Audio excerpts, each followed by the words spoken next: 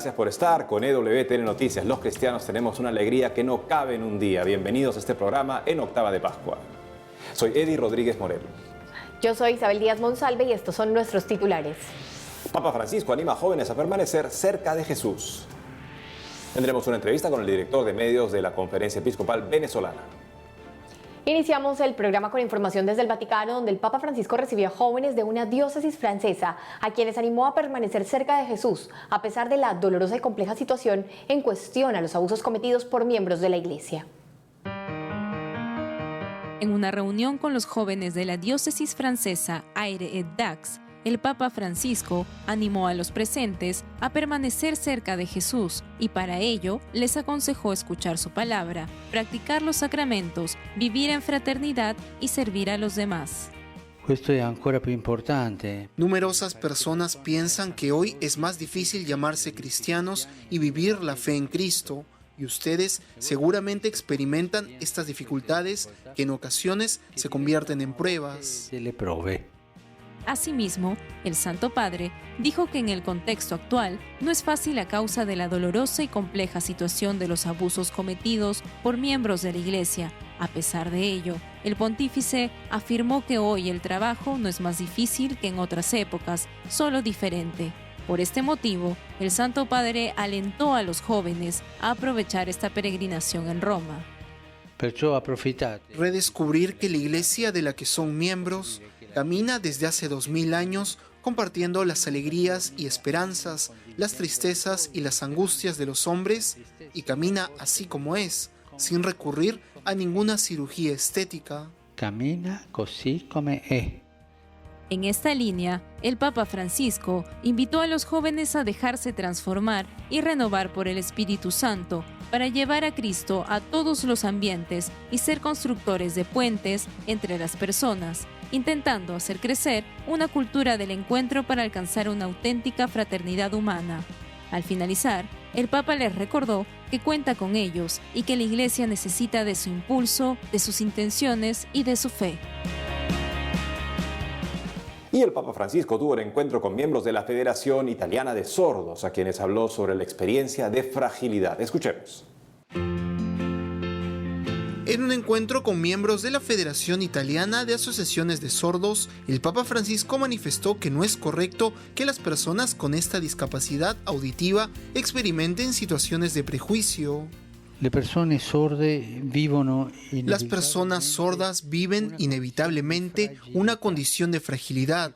Esto forma parte de la vida y se puede aceptar positivamente. Sin embargo, lo que no es correcto es que ellos, como tantas otras personas con capacidades diferentes y sus familias, a menudo experimenten situaciones de prejuicio, incluso a veces en las comunidades cristianas.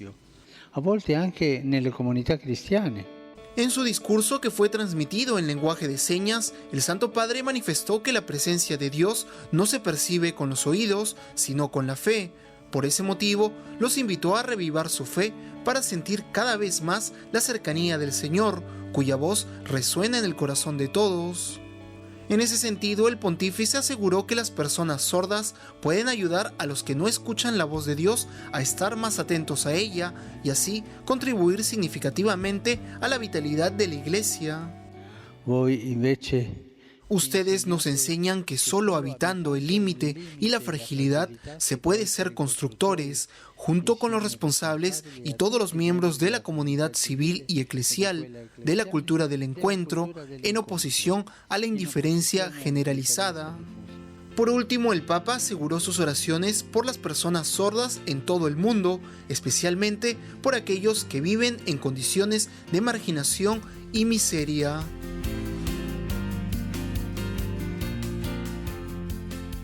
Ahora nos enlazamos con nuestra corresponsal en Roma, Mercedes de la Torre Cuellar, quien nos trae información de lo que dijo la presidenta del Hospital Pediátrico Bambino Gesù de Roma para las cámaras de EWTN. Adelante, Mercedes.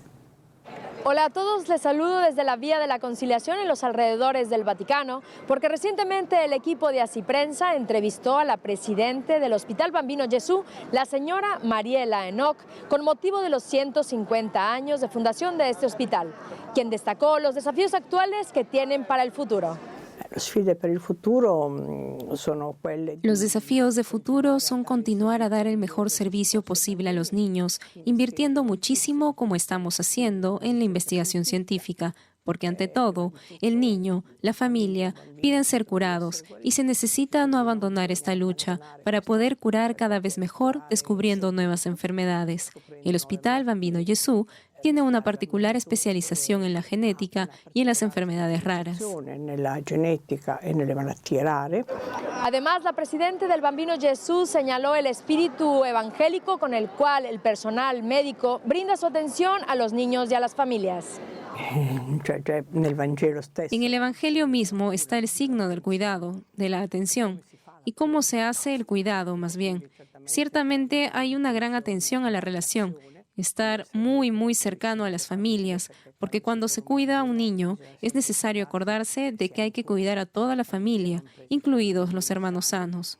Dar una gran importancia a la relación entre personas, también un poco de empatía, y ser siempre adherente, obviamente, a aquellos que son la semilla del Evangelio. Obviamente anche a quelle che sono gli insegnamenti del Vangelo. Recientemente, el Bambino Gesù inauguró un hospital en Bangui, la capital de la República Centroafricana, y fue un pedido del Papa Francisco. Pero en realidad, la presidenta del hospital explicó que esa no es su misión, sino que brinda formación a médicos como en Siria, Jordania, China, Corea, entre otros, y también recibe a niños de otros países y sus familias. Escuchemos. Nosotros no construimos hospitales, no somos una ONG, por lo tanto, mantenemos nuestra misión. Sabemos lo que debemos hacer y eso lo estamos haciendo, también con la acogida de los niños que no pueden ser cuidados en sus países. Esto lo hacemos por humanidad, porque no solo no pagan nada, sino que también hospedamos a las familias, los hospedamos a todos, porque los niños nunca vienen solos. El año pasado, 2018, hemos acogido casi 100 niños provenientes de países que no podrían curarlos. El hospital está muy abierto a la mundialidad en estos dos aspectos, la acogida y el donar el saber. Pero Bangui es una experiencia extraordinaria que permanece en mi corazón como una experiencia excepcional. Y con la buena noticia de la labor que realiza el Hospital Bambino Gesù desde hace 150 años, me despido por hoy. Seguiremos trabajando para informarles más sobre la vida de la Iglesia desde Roma. Informó para ustedes en EWTN Noticias desde el Vaticano, Mercedes de la Torre Cuéllar. Hasta la próxima. Muchas gracias, Mercedes, por la información. En otras noticias, a través de la limosnería apostólica, el Papa Francisco regaló un huevo de Pascua de 20 kilogramos de chocolate para las personas necesitadas que acuden al comedor de Cáritas del centro de Roma.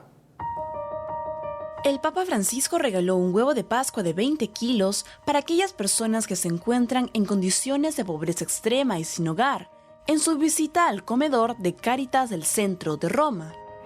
A través de la limosnería apostólica, organismo del Vaticano que se encarga de brindar asistencia a los pobres, el Santo Padre quiso regalar este huevo gigante a los asistentes del comedor, conmemorando la fiesta de San Jorge que se celebra cada 23 de abril. Esta no es la primera vez que el Papa Francisco regala huevos de chocolate. En la Pascua de 2014, el pontífice obsequió 150 de estos dulces pascuales a niños enfermos de cáncer que se encontraban internados en el Hospital Pediátrico Bambino Gesù. Cabe indicar que un gesto muy parecido tuvo Benedicto XVI, quien regaló en la Pascua de 2012 un enorme huevo de chocolate adornado con el escudo papal a los jóvenes que estaban recluidos en el Centro Correccional Casal del Marmo de Roma.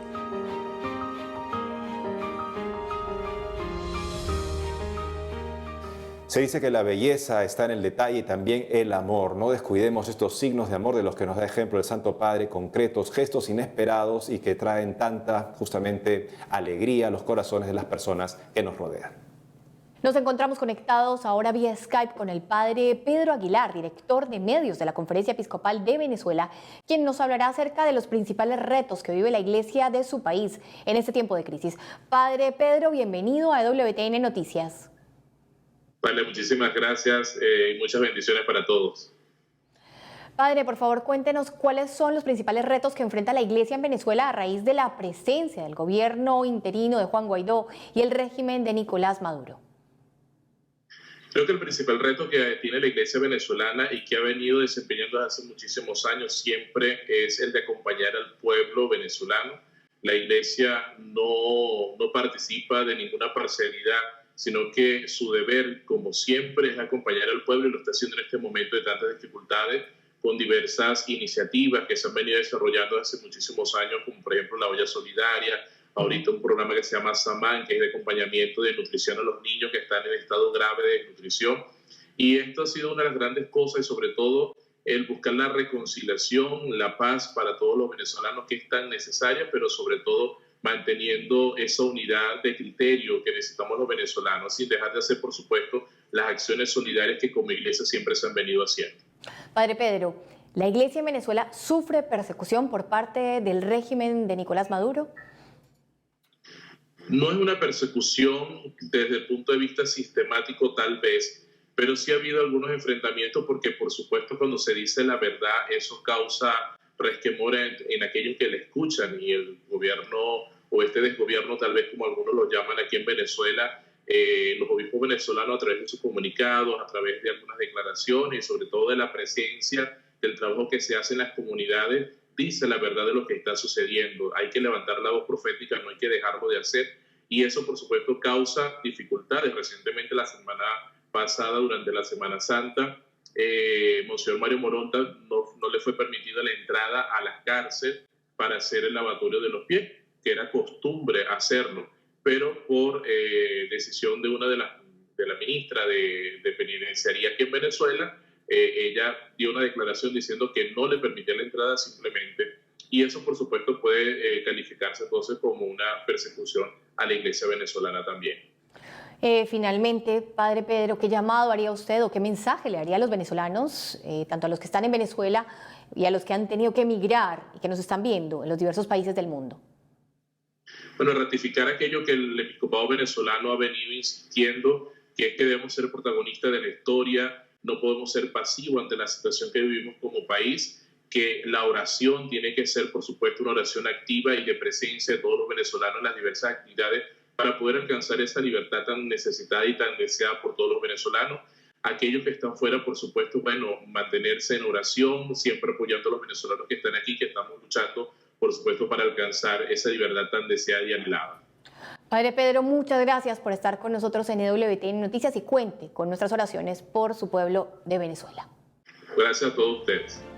Amigos, tenemos que hacer una pausa, pero al volver retiran cuentos infantiles en escuelas de Cataluña por tener supuestos patrones sexistas. Y conoceremos acerca de un documental mexicano que narra la violencia que viven los sacerdotes en México. Ya volvemos con más información en EWTN Noticias.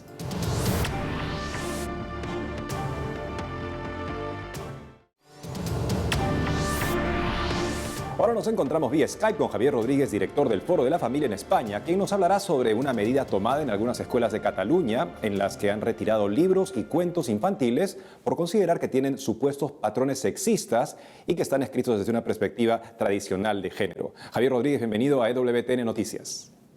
Hola, muchas gracias. Javier, cuéntanos de qué se trata esta medida de retirar algunos libros y cuentos infantiles y qué es lo que se pretende al implementarla. Bueno, pues han retirado unos 200 títulos en total de cuentos infantiles de ciertas escuelas de Barcelona por considerarlos sexistas, ¿no? Pues esta es la medida que, a nuestro juicio, es un intento más de imponer cuestiones ideológicas, ¿no?, por encima de evidencias y realidades y datos inherentes al ser humano, ¿no?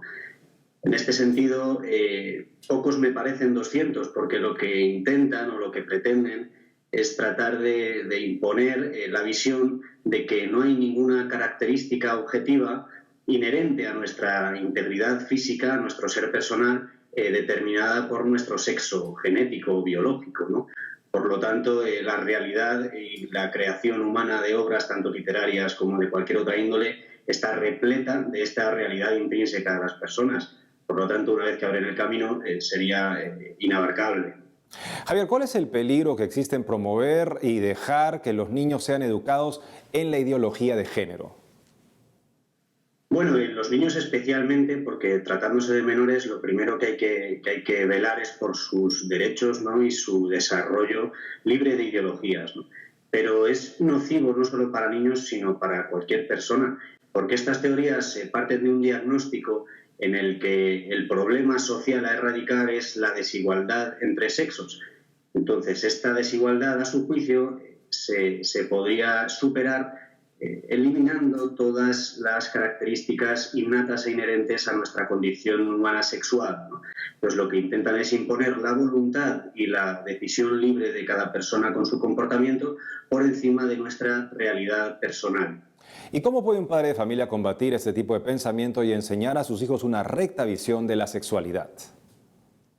Pues para empezar, hablando mucho y muy bien de sexo con sus hijos a cualquier edad, adecuándose obviamente al nivel de comprensión de los hijos, ¿no? Cada familia y cada padre y cada madre sabrá muy bien cómo transmitirles lo grandioso que es el sexo en las personas, la dimensión sexuada del ser humano en su forma de varón o de mujer, y para sus funcionalidades y su importancia en nuestro desarrollo no solo identitario, sino físico, cognitivo, trascendental, todos los aspectos que engloban al ser humano, ¿no? La sexualidad es parte integradora del ser humano, no se desliga de nuestra condición de persona, sino que es también parte de lo que somos, ¿no? Por tanto, es necesario que nos formemos muy bien de en qué consiste la sexualidad, que es muy buena, y lo transmitamos y hablemos de ello sin tabúes y sin vergüenza. Qué bueno por la labor de Foro de la Familia también para promover esta conciencia en los padres, alertarnos y a todos nosotros justamente para que todos cumplamos con nuestra tarea. Gracias, Javier Rodríguez, por estar con nosotros en EWTN Noticias. Gracias a ustedes. Y ahora nos vamos inmediatamente hasta México, donde se encuentra nuestro corresponsal, Diego López Colín, quien nos trae información de un documental que describe la violencia que han sufrido sacerdotes en esta nación. Adelante, Diego. Hola Isabel Oladi, los saludo del Palacio Legislativo de San Lázaro. Y es que hace unos días aquí mismo se presentó el documental Tragedia y Crisol del Sacerdocio en México, el cual describe la situación de violencia que viven los sacerdotes en todo el país. El documental presenta la investigación del Centro Católico Multimedial sobre la persecución, asesinato de presbíteros y hechos vandálicos que han sufrido los templos católicos durante los últimos 26 años. Además, el vicepresidente de la Conferencia del Episcopado Mexicano, Monseñor Carlos Garfias, tuvo un espacio para presentar a los políticos y representantes de otras iglesias el proyecto integral para la construcción de la paz, con el que la Iglesia Católica busca intervenir en la reconstrucción del tejido social y la convivencia pacífica, mientras que el secretario general de la Conferencia del Episcopado Mexicano, Monseñor Alfonso Miranda Guardiola, habló sobre el trabajo que se realiza a favor de los derechos humanos. Ahora escuchemos lo que dijo el padre Omar Sotelo, director del Centro Católico Multimedial y encargado de dicho documental. Como hemos visto, lamentablemente la situación de violencia ha aumentado, ha ido creciendo y es una situación que ha roto todos los límites, todas las fronteras, todos los estatus. Como explicábamos hoy, lamentablemente vemos cómo cada uno de nosotros somos más vulnerables a través de la violencia, de esta violencia que golpea, de esta violencia que enquista la cultura del terror, la cultura del silencio. Esto es lo que está promoviendo incluso y está alimentando la corrupción, la injusticia y por supuesto la violencia. En este sentido, los sacerdotes no son ajenos a ellos y ellos que están también recibiendo pues este golpe brutal de la violencia, precisamente para desestabilizar las comunidades, y desestabilizando las comunidades a través de la muerte y del asesinato de un sacerdote, se enquista esta violencia, se enquista este terror, se enquista este silencio. Entonces, como lo expresamos, yo creo que los tres ponentes y el documental es algo que no podemos hacer individualmente, es un trabajo que se hace por generaciones, que se hace desde las cosas más pequeñas hasta las más grandes, pero siempre hablando de todos y sin división. Yo creo que es la única manera de ir contrarrestando pues este flagelo que México está sufriendo y que no merece vivir esta situación. En otras noticias, quería comentarles que el Papa Francisco hizo una donación monetaria para ayudar a los hermanos centroamericanos que cruzan México en su paso hacia Estados Unidos. La crisis migratoria continúa. Las más de 6 caravanas provenientes de Centroamérica que han entrado a nuestro país a partir de octubre del 2018 suman más de 25,000 personas, además de los 13,000 migrantes que conforman el flujo ordinario.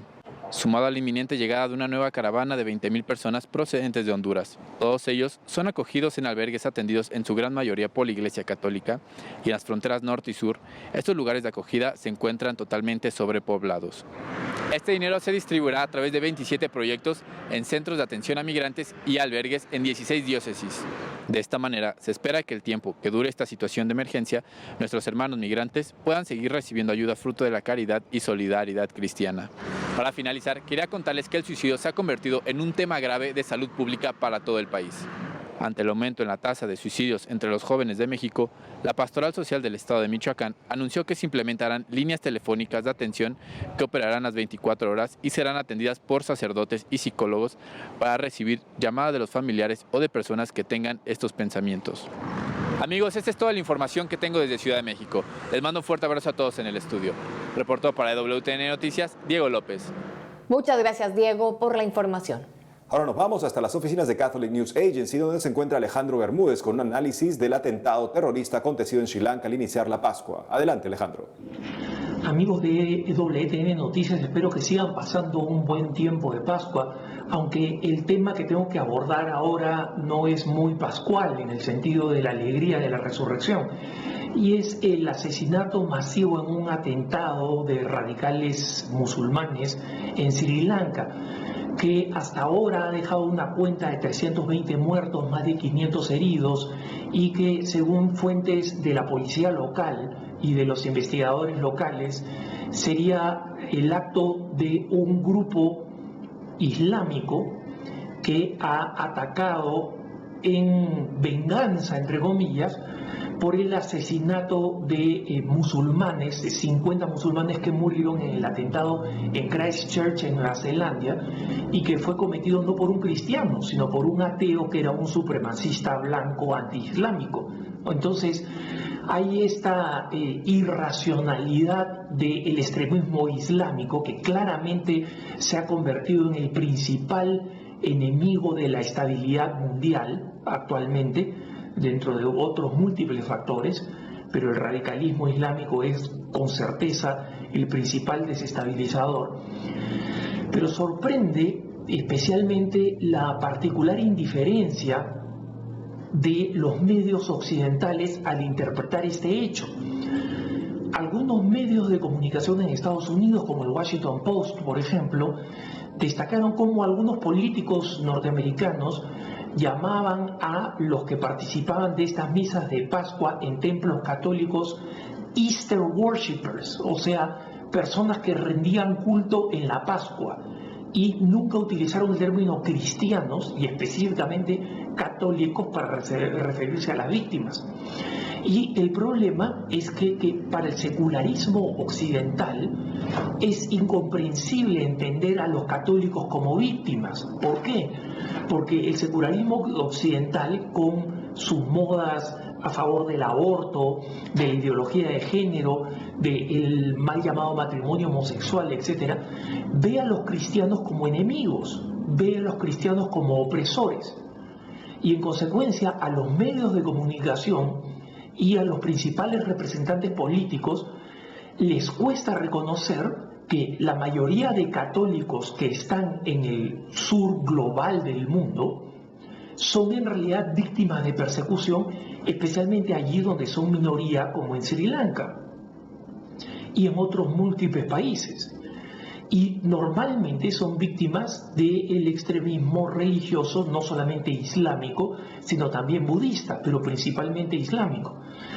Entonces, nosotros los católicos que estamos en el mundo occidental, y podemos considerar a América Latina también como parte del mundo occidental, tenemos que ser conscientes que tenemos que ejercer presión sobre nuestras autoridades y utilizar los medios y las redes sociales, por ejemplo, para hacer saber que estos hermanos están siendo asesinados y para que mostremos una alternativa al discurso secularista occidental que, por un lado, se lamenta del asesinato de 50 musulmanes en Christchurch, Nueva Zelanda, y llama a una tolerancia mayor para el Islam, pero es incapaz de llamar a una tolerancia mayor para los cristianos, cuando más de 300 cristianos han sido asesinados brutalmente en un día especial como el día de Pascua. Y sigamos rezando mucho por los cristianos perseguidos. Muchas gracias y hasta la próxima. Gracias, Alejandro. En el vocabulario de los medios políticamente correctos ha desaparecido la palabra cristiano en cualquier sentido positivo, incluso para reconocerlos como víctimas de un atentado terrorista. Increíble la mentalidad que refleja. Así es, seguimos rezando por esa tragedia tan dura y tan difícil en Sri Lanka. Bueno, amigos, hemos llegado a todo por hoy en EWTN Noticias. Gracias por estar con nosotros. Recuerden que nos pueden seguir en las redes sociales y nos pueden escribir a nuestro correo electrónico. Hasta pronto.